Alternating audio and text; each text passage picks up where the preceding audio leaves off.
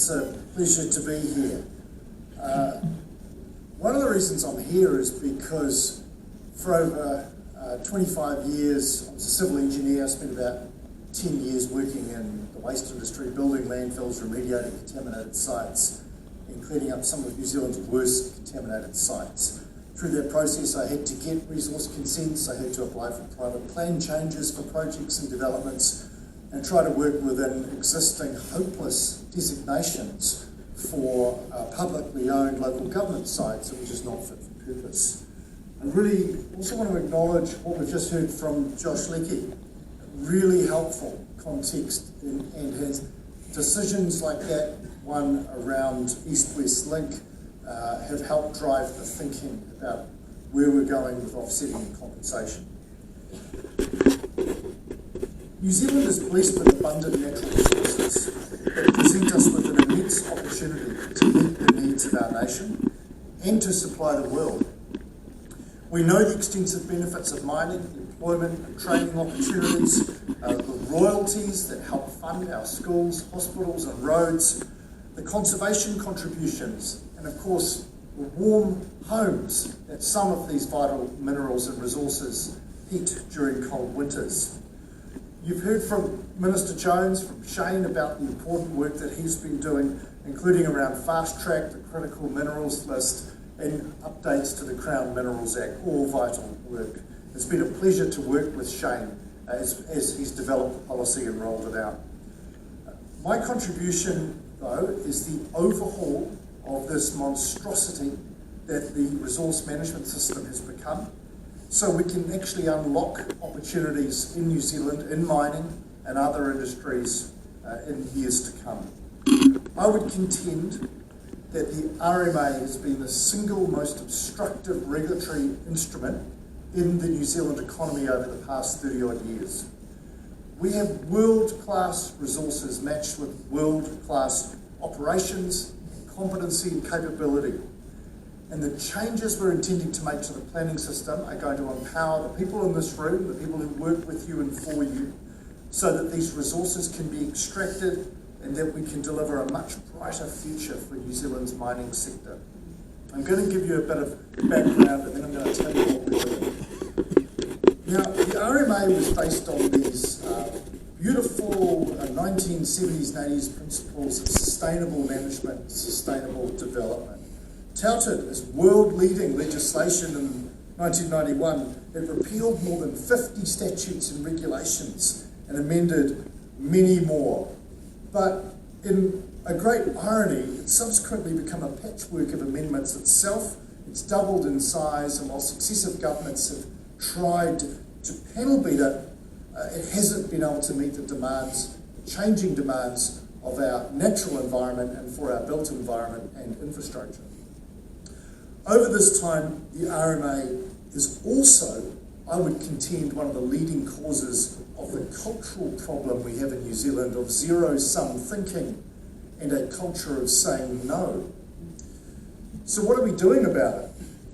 Well, the RMA reform started immediately after our government took office by getting rid of and repealing Labour's botched attempt at reform.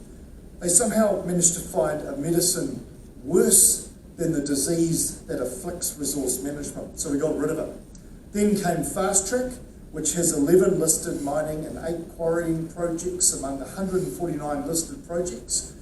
And we've had our first one-stop shop result with Port of Auckland being approved just this past week.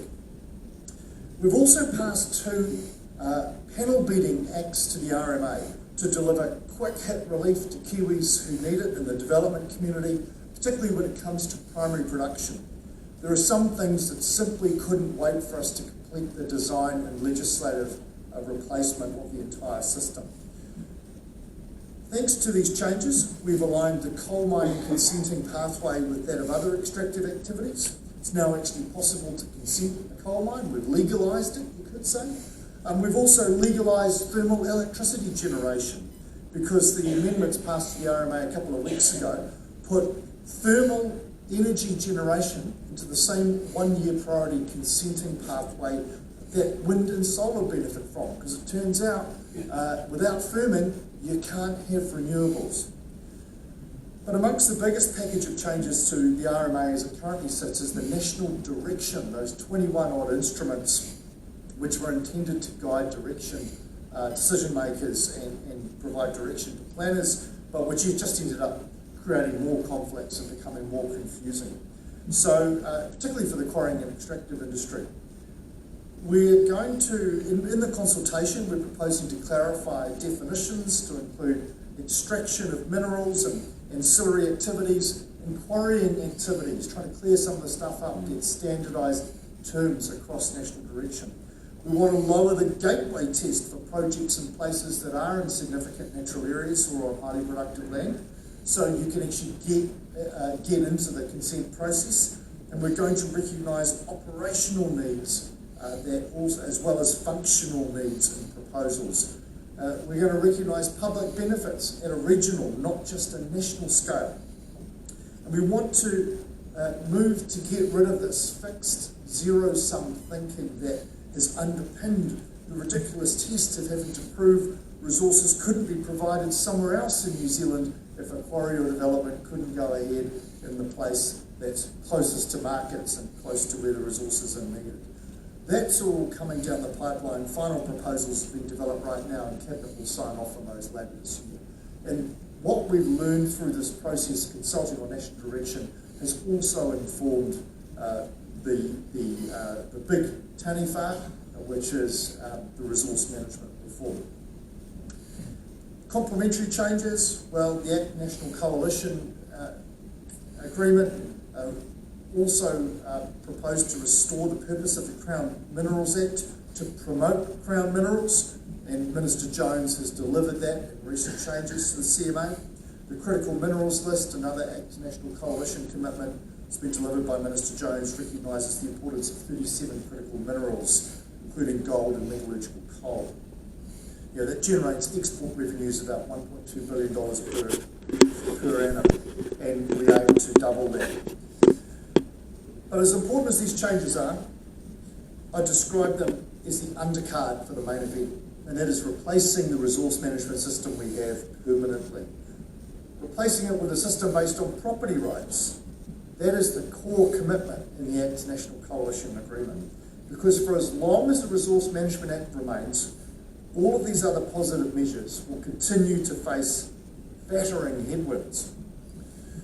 We're going to have a Planning Act focused on the use and development of land, and a separate Natural Environment Act to manage environmental effects and to protect natural resources. I'm not talking about mineral resources, I'm talking about fresh water and coastal and biodiversity. By separating land use planning and natural resource management across two acts, that will, we believe, be an evolutionary leap for resource management and land development in New Zealand.